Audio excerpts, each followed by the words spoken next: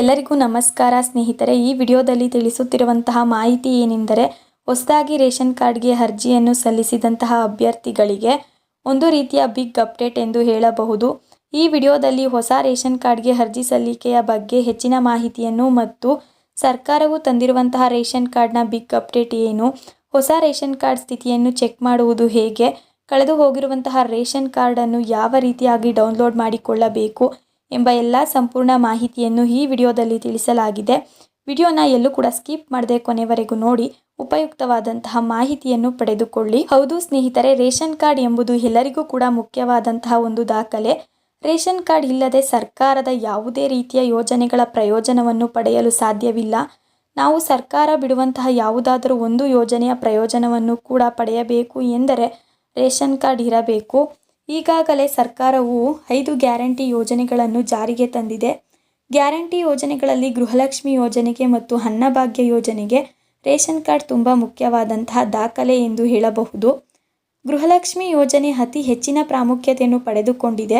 Ration card ಇಲ್ಲದಿದ್ದರೆ ಗೃಹಲಕ್ಷ್ಮಿ ಯೋಜನೆ ಇರುತ್ತಿರಲಿಲ್ಲ. ಆದ್ದರಿಂದ ರೇಷನ್ ಕಾರ್ಡ್ ಎಂಬುದು ತುಂಬ ಅಗತ್ಯವಾಗಿರುವಂತಹ ದಾಖಲೆ. ಆದ್ದರಿಂದ ಎಲ್ಲ ನಾಗರಿಕರು ಕೂಡ ರೇಷನ್ ಕಾರ್ಡನ್ನು ಮಾಡಿಸಿಕೊಂಡಿರಬೇಕು. ಈಗಾಗಲೇ ರೇಷನ್ ಕಾರ್ಡ್ಗೆ ಅರ್ಜಿಯನ್ನು ಸಲ್ಲಿಸಲು ಅವಕಾಶವನ್ನು ಸರ್ಕಾರವು ಕಲ್ಪಿಸಿತ್ತು. ಇಂದಿನ ಸುದ್ದಿಗೋಷ್ಠಿಯಲ್ಲಿ KH ಮುನಿಯಪ್ಪ ಅವರು ಈ ರೀತಿಯ ಹೇಳಿಕೆಯನ್ನು ನೀಡಿದ್ದರು. ಏನೆಂದರೆ, ರೇಷನ್ ಕಾರ್ಡ್ಗೆ ಹೊಸದಾಗಿ ಅರ್ಜಿಯನ್ನು ಸಲ್ಲಿಸಿದವರಿಗೆ ಮಾರ್ಚ್ 31ರ ಒಳಗಾಗಿ ಹೊಸ ರೇಷನ್ ಕಾರ್ಡ್ ದೊರೆಯಬೇಕಾಗಿತ್ತು. ಆದರೆ ಲೋಕಸಭಾ ಚುನಾವಣೆಯ ನೀತಿ ಸಂಹಿತೆ ಹಿನ್ನೆಲೆಯಲ್ಲಿ ರೇಷನ್ ಕಾರ್ಡ್ ವಿಲೇವಾರಿಯನ್ನು ಮುಂದೂಡಿರಬಹುದು ಎಂದು ಹಿಂದಿನ ಸುದ್ದಿಗೋಷ್ಠಿಯಲ್ಲಿ ಹೇಳಿಕೊಂಡಿದ್ದಾರೆ. ಈಗಾಗಲೇ 75% ಅಷ್ಟು ಪರಿಶೀಲನೆ ಮುಗಿದಿದೆ. ಅರ್ಜಿ ಸಲ್ಲಿಸಿದಂತಹ ಪ್ರತಿಯೊಬ್ಬರೂ ಕೂಡ ಹೊಸ ರೇಷನ್ ಕಾರ್ಡ್ ಸ್ಥಿತಿಯನ್ನು ನಿಮ್ಮ ಮೊಬೈಲ್ನಲ್ಲಿಯೇ ಚೆಕ್ ಮಾಡಿಕೊಳ್ಳಿ. ಯಾವ ರೀತಿಯಾಗಿ ಚೆಕ್ ಮಾಡಿಕೊಳ್ಳಬೇಕು ಎಂಬ ಸಂಪೂರ್ಣ ಮಾಹಿತಿಯನ್ನು ತಿಳಿಸುತ್ತೇನೆ ಸ್ನೇಹಿತರೆ. ಮೊದಲನೆಯದಾಗಿ ನಾನು ಡಿಸ್ಕ್ರಿಪ್ಷನ್ನಲ್ಲಿ ನಿಮಗೆ ಲಿಂಕನ್ನು ನೀಡಿರುತ್ತೇನೆ.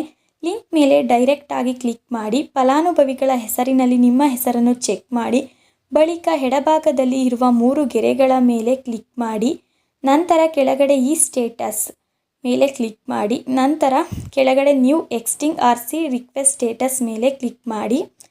ಕ್ಲಿಕ್ ಮಾಡಿದ ಬಳಿಕ ನಿಮ್ಮ ಜಿಲ್ಲೆಯನ್ನು ಸೆಲೆಕ್ಟ್ ಮಾಡಿಕೊಳ್ಳಿ. ನಂತರ ಹೊಸ ಪಡಿತರ ಚೀಟಿ ಸಲ್ಲಿಸಲಾದ ಅರ್ಜಿಯ ಸ್ಥಿತಿಯ ಮೇಲೆ ಕ್ಲಿಕ್ ಮಾಡಿ. ನಿಮ್ಮದು ಹಳ್ಳಿ ಆಗಿದ್ದರೆ ರೂರಲ್ ಅನ್ನು ಸೆಲೆಕ್ಟ್ ಮಾಡಿಕೊಳ್ಳಿ. ನಿಮ್ಮದು ಸಿಟಿ ಆಗಿದ್ದರೆ ಅರ್ಬನ್ ಅನ್ನು ಸೆಲೆಕ್ಟ್ ಮಾಡಿಕೊಳ್ಳಿ. ಇದಾದ ಬಳಿಕ ನಿಮ್ಮ ತಾಲೂಕು, ಗ್ರಾಮ ಪಂಚಾಯಿತಿ ಮತ್ತು ಊರನ್ನು ಸೆಲೆಕ್ಟ್ ಮಾಡಿ. ರೇಷನ್ ಕಾರ್ಡ್ಗೆ ಅರ್ಜಿ ಸಲ್ಲಿಸಿದ ಸ್ವೀಕೃತಿ ಸಂಖ್ಯೆ ಹಾಕಿ ಗೋ ಎಂಬ ಆಪ್ಷನ್ ಮೇಲೆ ಕ್ಲಿಕ್ ಮಾಡಿ. ಗೋ ಮೇಲೆ ಕ್ಲಿಕ್ ಮಾಡಿದ ಬಳಿಕ ನಿಮ್ಮ ಅರ್ಜಿಯ ಸ್ಥಿತಿ ಕಾಣಿಸುತ್ತದೆ. BPL ರೇಷನ್ ಕಾರ್ಡಿಂದ ಹಲವಾರು ರೀತಿಯ ಪ್ರಯೋಜನಗಳು ಹೀಗೆ ಸರ್ಕಾರದ ಯೋಜನೆಗಳಿಗೂ ಕೂಡ ಉಪಯೋಗವಾಗುತ್ತದೆ. ಅದೇ ರೀತಿಯಾಗಿ ಆಸ್ಪತ್ರೆಗೂ ಕೂಡ ಉಪಯೋಗವಾಗುತ್ತದೆ. BPL ಕಾರ್ಡ್ ಇದ್ದರೆ ಎಲ್ಲರಿಗೂ ಕೂಡ ತುಂಬ ಅನುಕೂಲವಾಗುತ್ತದೆ.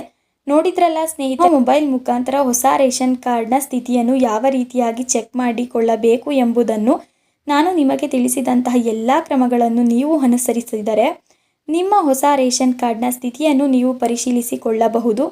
ಕಳೆದು ಹೋದಂತಹ ರೇಷನ್ ಕಾರ್ಡ್ಗಳನ್ನು ಯಾವ ರೀತಿಯಾಗಿ ಡೌನ್ಲೋಡ್ ಮಾಡಿಕೊಳ್ಳಬೇಕು ಅಥವಾ ರೇಷನ್ ಕಾರ್ಡನ್ನು ಯಾವ ರೀತಿಯಾಗಿ ಆನ್ಲೈನ್ ಮುಖಾಂತರ ಡೌನ್ಲೋಡ್ ಮಾಡಿಕೊಳ್ಳಬೇಕು ಎಂಬುದನ್ನು ಈಗ ತಿಳಿಸುತ್ತೇನೆ.